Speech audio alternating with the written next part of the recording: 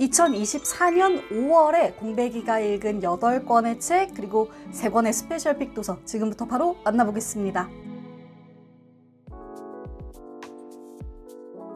안녕하세요, 공복이 여러분, 공백입니다. 모두 잘 지내고 계셨나요? 오늘은 우리 공복이 여러분들이 가장 아껴주시는 영상, 월말 정산 영상으로 돌아왔습니다. 2024년 5월에 공백이가 읽은 8권의 책 그리고 3권의 스페셜픽 도서 지금부터 바로 만나보겠습니다. 네, 이번 달에는 소설 4권 그리고 비소설 4권 이렇게 반반씩 사이좋게 읽었는데 먼저 장편 소설부터 살펴볼게요. 첫 번째 책은 조조모에 씨의 Me Before You입니다. 다산 책방에서 나온 책이고 11년 만에 개정되어서 나온 초초초 베스트셀러죠. 베스트셀러 연애소설이 이렇게 재미있을 수 있구나 하면서 제가 새삼스레 감탄했던 책이었습니다. 책의 주인공은 루이자와 윌입니다. 혼자서 거의 온 가족의 생계를 책임지고 있는 루이자는 당장 가세가 기운 집에 경제적으로 보탬이 되기 위해서 일자리를 급하게 구하게 됩니다. 루이자가 새로 맡게 된 일은 간병인 일인데요. 바로 교통사고로 전신마비 환자가 된 윌을 보살피는 일을 맡게 돼요. 그런데 여기서 간병이라는 일은 사실 표면적인 업무일 뿐이고요. 루이자가 정말로 해야 할 일은 6개월 뒤에 존엄사를 준비하고 있는 윌의 마음을 되돌리는 것입니다. 윌은 진심으로 아주 간절한 마음으로 죽기를 원하고 있는데요. 사랑이라는 감정이 이 죽음에 대한 의지를 꺾을 수 있을 것인지, 서로 너무나 다른 두 사람이 어떻게 감정을 키워나가고 이 일이 어떻게 종결되는지 소설은 500페이지 내내 아주 흥미롭게 그려내고 있습니다. 거의 클리셰에 가까운 설정들임에도 불구하고 단 한순간도 독자의 눈길을 놓치지 않는 책이었어요. 작가가 무척 쉬우면서도 단정하게 문장들을 구성해놨다는 느낌이 들고, 소설 안에 담긴 여러 가지 메시지나 화두들도 생각해 볼 게 많거든요. 그래서 남녀노소 누구나 좀 편하게 읽어볼 수 있는 책이 아닌가 하는 생각이 들었습니다. 이 책의 자세한 내용 제가 단독 영상으로 소개해드린 바 있어요. 위쪽에 링크 참고해 주시길 부탁드리면서 조조모에 씨 Me Before You였고요. 다음 책으로 넘어가 보겠습니다. 네, 다음 책입니다. 역시 해외 장편 소설이고요. 옥타비아 버틀러의 킨입니다. 이번 달 저의 첫 번째 스페셜픽 도서예요. 이 책 진짜 너무 재미있게 읽었는데 요즘에는 그냥 재미있는 책이 짱이 아닌가 하는 생각을 많이 하거든요. 심지어 이 책은 그 안에 숨어있는 메시지조차도 너무 눈여겨볼 만했던 책이었어요. 이 책 타임워프를 소재로 하는 SF 소설입니다. 1976년도 남자친구와 막 살림을 꾸린 소설가 지망생 다나라는 여성이 주인공인데요. 이 다나는 어느 날 난데없이 1815년에 미국 동부로 타임워프를 하게 됩니다. 이 시절이 어떤 시절이에요? 백인이 흑인 노예를 소유하고 농장을 운영하면서 흑인의 노동력을 착취하는 시대죠. 소설의 표현을 빌리자면 흑인 여성인 다나는 하루 만에 그냥 축사의 짐승, 검둥이가 되어버린 겁니다. 엄청난 신변의 위협을 겪으면서 여러 차례 타임워프를 하던 다나는 자신의 타임워프가 루퍼스라는 백인 아이와 관련이 있다는 걸 알게 돼요. 이 루퍼스라는 친구가 생명의 위협을 느낄 때마다 다나가 타임워프를 해서 그를 지켜줘야 하는 상태인 거죠. 처음에는 혼자 타임워프를 하던 다나는 나중에는 백인 남자친구와 함께 또 타임워프를 하게 되거든요. 원래 연인 사이였던 두 사람은 과거로 넘어가서 한순간에 백인 소유주와 흑인 노예 흉내까지 내게 되는데요. 이 얽히고 설킨 흥미로운 이야기가 어떻게 종결이 될지, 다나의 타임워프가 어떤 비밀을 품고 있는지 이 책을 통해서 흥미롭게 살펴보실 수가 있습니다. 여성이라는 성 정체성과 흑인이라는 인종 정체성, 그리고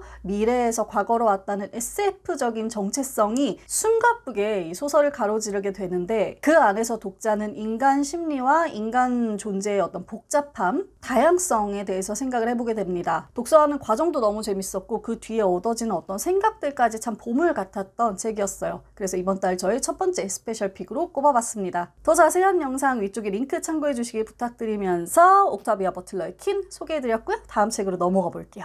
네, 다음 책은 국내 장편 소설입니다. 김초엽 작가님의 장편 소설 파견자들입니다. 이 책 역시 SF 소설이죠. 이거 작년 말에 나온 책인데 제가 사놨다가 어떻게 이제서야 읽게 됐네요. 소설 파견자들 속의 세상은요, 아포라는 물질로 가득 차 있습니다. 이 아포는 뭔가 버섯의 포자 같은 느낌으로 생각하셔도 좋을 것 같아요. 이 아포에 노출된 생물은 이 표지 그림처럼 화려한 색깔의 식물 넝쿨, 끈 같은 걸로 뒤덮이게 되고요. 만약에 인간이 이 아포에 노출되게 되면 미쳐버려요. 광증에 걸립니다. 그래서 이 사람들이 아포를 피해서 어두컴컴하고 습한 지하 세계에서 이제 피해서 살고 있는 상태예요. 제목 속에 이 파견자들이란 지하 세계에서 지상으로 파견되어 가지고 이 아포에 뒤덮인 세계를 조심스럽게 탐사하고 지상의 탈환 가능성을 조사하는 사람들입니다. 이게 뭐 워낙 위험한 일이다 보니까 그에 따른 권력과 명성, 대우를 받게 돼요. 자, 이러한 세계 속에서 주인공은 테린이라는 친구입니다. 이 친구는 어렸을 적에 입양됐는데 파견자가 되기를 오랫동안 꿈꿔왔어요. 그리고 아주 어렵고 지난한 시험의 과정을 거쳐서 이제 막 파견자가 될 수 있는 시점에 다다랐습니다. 그리고 이 시험의 과정 속에서 머릿속에 있는 뉴로브릭이라는 존재의 도움을 많이 받았고요. 자, 문제는 이때부터 벌어집니다. 테린이 예상치 못한 방법으로 큰 파장을 일으키면서 지상세계로 나가게 되거든요. 이 우여곡절의 과정 속에서 테린과 뉴로브릭의 비밀, 그리고 더 나아가 이 바깥 세상의 비밀까지 차례로 파헤쳐지면서 이야기는 깊이와 폭을 넓혀갑니다. 소설에서 반복적으로 던지는 질문은 나라는 존재의 경계는 어디까지인가거든요. 인간이 자아라는 것이 무엇으로 이루어져 있는가? 그게 정말 나인가? 자아가 여럿일 수는 없을까? 이런 문제들을 이제 계속 던지고 있는데 이런 문제의식들은 그간 김초엽 작가님의 소설에서 자주 볼 수 있었던 문제의식들이죠. 바깥 세계, 새로운 세계, 인간에게 위험하다고 알려진 세계, 여기에 이제 주인공이 들어서게 되고 매혹되게 되면서 인간과 자아의 경계를 다시 생각해 보는 것, 인간 외의 존재와 공생 가능성을 살펴보는 것, 이제 이런 내용들이 이 소설에 담겨 있는데요. 그간 김초엽 작가님의 소설을 재밌게 봐왔던 분들은 이 소설도 익숙하고도 재밌게 보실 수 있을 것 같아요. 저도 무척 반갑고 즐겁게 읽었고요. 많은 분들이 읽어보시면 좋을 것 같습니다. 김초엽 작가님의 파견자들이었어요.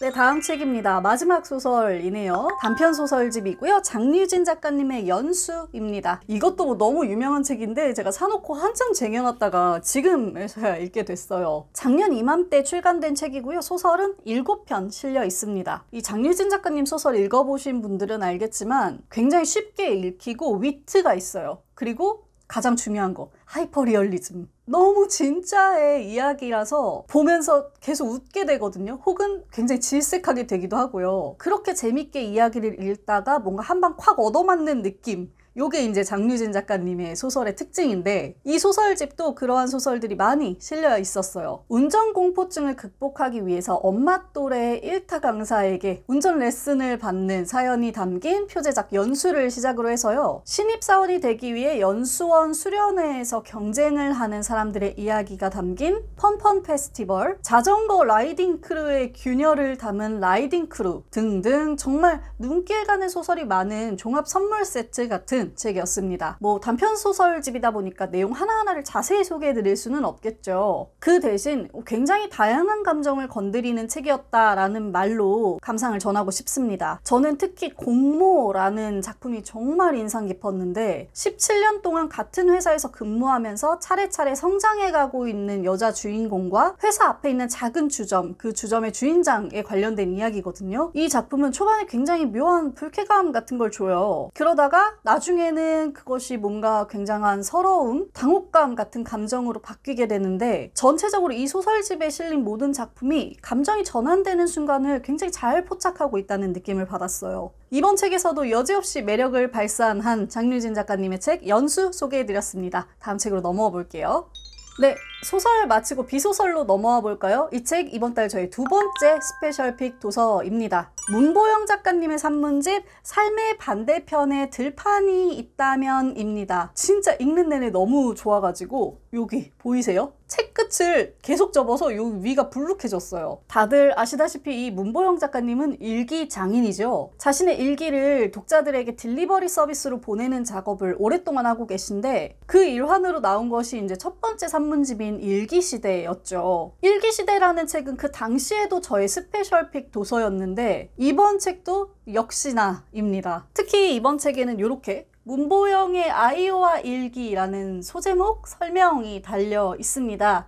이 작가님이 아이오와에서 열린 글쓰기 프로그램에 참가를 해요. 거기서 외국 작가들과 오랫동안 부대낀 경험이 작가님의 인생의 경로를 바꿔놓을 정도로 독특한 경험이었다고 하거든요. 그 이야기를 이 책에 담아둔 거라고 보시면 됩니다. 이게 외국의 글쓰기 프로그램이다 보니까 작가들의 출신이 다 다르잖아요. 특히 이중 언어를 쓰는 작가님들이 굉장히 많았던 거예요. 많은 분들이 그렇듯이 저도 그렇고 문보영 작가님도 그렇고 한국어를 모국어로 쓰면서 모국어로 글 쓰는 작업을 하는 사람들이잖아요. 그리고 이곳에서 떠나서 다른 나라에 뿌리 내리고 산다는 생각을 그렇게 많이 해보지 않은 사람들이고요. 그런데 이 글쓰기 프로그램에서 자신의 모국어가 아닌 다른 말로 글을 쓰는 사람들, 여러 개의 언어를 쓰는 사람들, 자신의 나라에서 떠나온 사람들, 여러 가지 국가적 정체성을 지닌 사람들을 보면서 이 문보영 작가님 굉장히 자극을 받은 거죠. 그러면서 내가 사는 곳을 어떻게 하면 사랑할 수 있을까에 대한 고민, 그리고 내가 어디서 살며 어떤 언어로 글을 써나갈 것인가에 대한 고민들을 하게 된 것 같아요. 이런 순간들이 이 책에 담겨 있는데 진짜 문장 하나하나가 주옥 같습니다. 읽다 보면 진짜 감탄이 육성으로 터져 나올 정도거든요. 만약에 이거 보시면서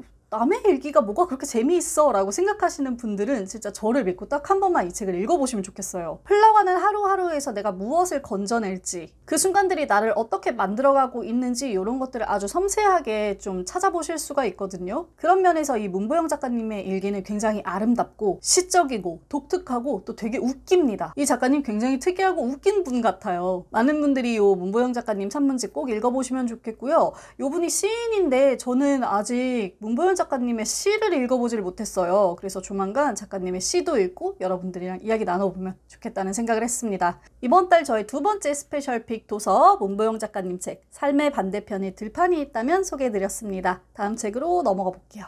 네, 다음 책입니다. 이한희 작가님의 책 나의 조현병 삼촌이고요. 작년 7월에 아몬드에서 출간된 책이에요. 제목에서 눈치채셨다시피 이 책은 조현병에 관련된 책입니다. 이 이한희 작가님의 삼촌이 40년 동안 조현병을 앓아온 장애 당사자거든요. 정신병, 특히 이 조현병에 대한 사회적 낙인이 굉장히 심하기 때문에 이한희 작가님과 그의 가족들은 삼촌의 병을 죽을 힘을 다해서 숨겨왔었습니다. 그러다가 더 많은 사람이 자신의 병과 장애에 대해서 이야기할 때 사회의 낙인이 옅어진다 라는 믿음 아래에서 삼촌의 이야기를 공개하기로 하죠. 그래서 나온 책이 바로 이 책인데요. 40여 년간 조현병을 앓으면서 살아온 삼촌이 어떤 방식으로 자신의 일상을 영위해 나가는지, 그 과정에서 어떤 어려움을 겪게 되는지, 그리고 어떤 소소한 일들을 해나가는지 장애 당사자의 목소리로 들을 수 있어서 큰 도움이 됐던 책입니다. 무엇보다 그 곁을 지키는 가족들의 이야기, 요걸 자세히 들어볼 수 있어서 아주 좋았어요. 자신의 가족과 삼촌뿐만이 아니라 더 많은 사례들을 접해볼 수 있도록 다른 장애 당사자 그리고 보호자들의 이야기를 실음으로써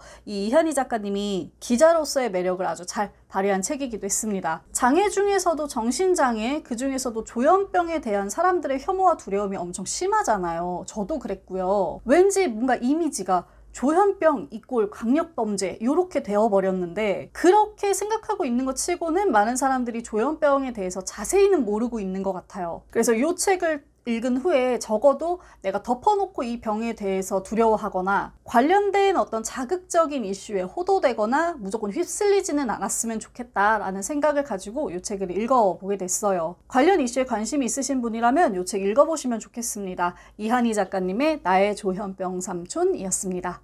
네, 다음 책입니다. 이번 달 저의 세 번째 스페셜픽 도서 김현수 작가님의 소설 작법서 산문집 소설가의 일입니다.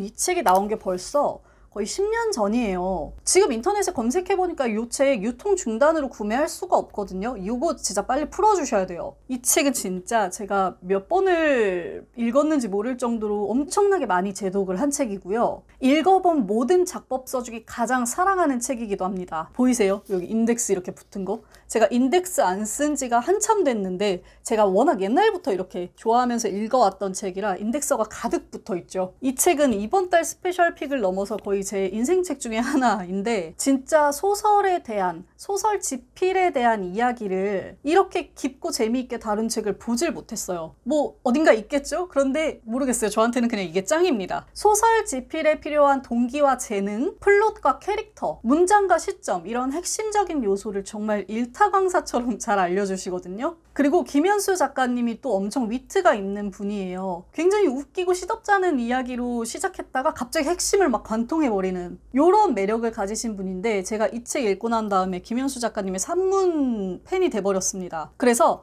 만약에 나는 작법서는 좀 나랑 너무 관계가 없는데? 라고 느끼시는 분들은 김현수 작가님의 다른 산문들, 소설들을 읽어보셔도 좋을 것 같아요. 마침 제가 이제 이 책 읽고 나서 바로 요 디에센셜에서 나온 김현수 작가님 책을 읽어보려고 하거든요. 이 책이 김현수 작가님의 다른 작품들을 읽을 때도 도움이 굉장히 많이 될 거예요. 왜냐면 이 작품들을 쓰는 어떤 과정의 일부를 살펴보게 되는 책이니까요. 그래서 김현수 작가님의 팬분들이시라면 이 책을 한 번씩 꼭 읽어보셨으면 좋겠습니다. 이 책 제발 품절 풀어주세요. 많은 분들이 읽어야 하는 책 입니다. 정말 제가 사랑에 맞지 않는 책 소설가의 일을 저의 세 번째 스페셜 픽으로 소개해드리면서 다음 책으로 넘어가 볼게요.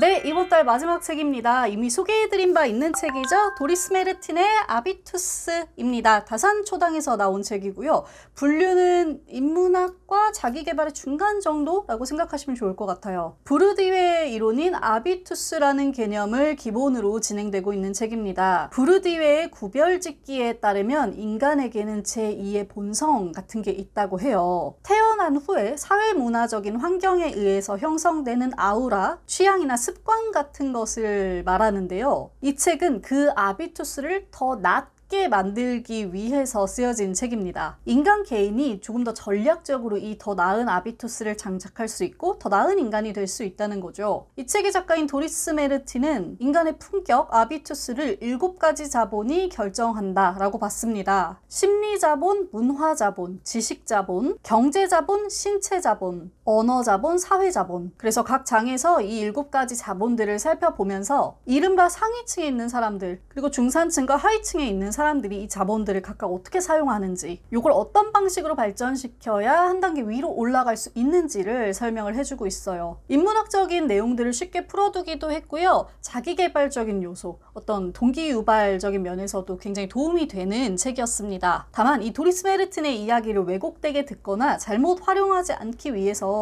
부르디외의 구별짓기도 읽어봐야겠다. 그리고 아비투스에 대한 관련된 다른 이야기들도 찾아봐야겠다. 이렇게 크로스체크 같은 것을 해보면 더 좋겠다라는 생각이 들었던 책이기도 했어요. 도리스 메르틴의 아비투스였습니다. 네, 이렇게 2024년 5월에 공백이가 읽은 8권의 책 그리고 3권의 스페셜픽 도서 살펴봤습니다. 어떠셨나요? 눈치채신 분들도 있겠지만 제가 2024년 4월 월말 정산 영상을 올리지 않았어요. 4월에 제가 무척 집중하고 싶은 일이 있어서 의도적으로 새 책을 읽지 않았거든요. 그냥 뭐 자료 수집에 필요한 책들만 발췌독으로 조금씩 읽었는데 이 기간 동안 좀 너무 답답하기도 했고 그다지 뭐 단독이랄까요? 절독의 효과를 보지도 못해서 앞으로는 그냥 뭐 책 읽고 싶을 때 읽으면서 일도 집중하면서 그렇게 보내보려고 합니다. 그러니까 계속 빠지지 않고 월말 정산 영상 전해드릴게요. 자, 그러면 오늘은 이쯤에서 물러갈까요? 저는 다음번에 또 재미있는 영상 들고 돌아올게요. 우리 공복 여러분들 모두 멋지게 책 읽는 시간 되세요. 공백의 책단장이었습니다. 안녕.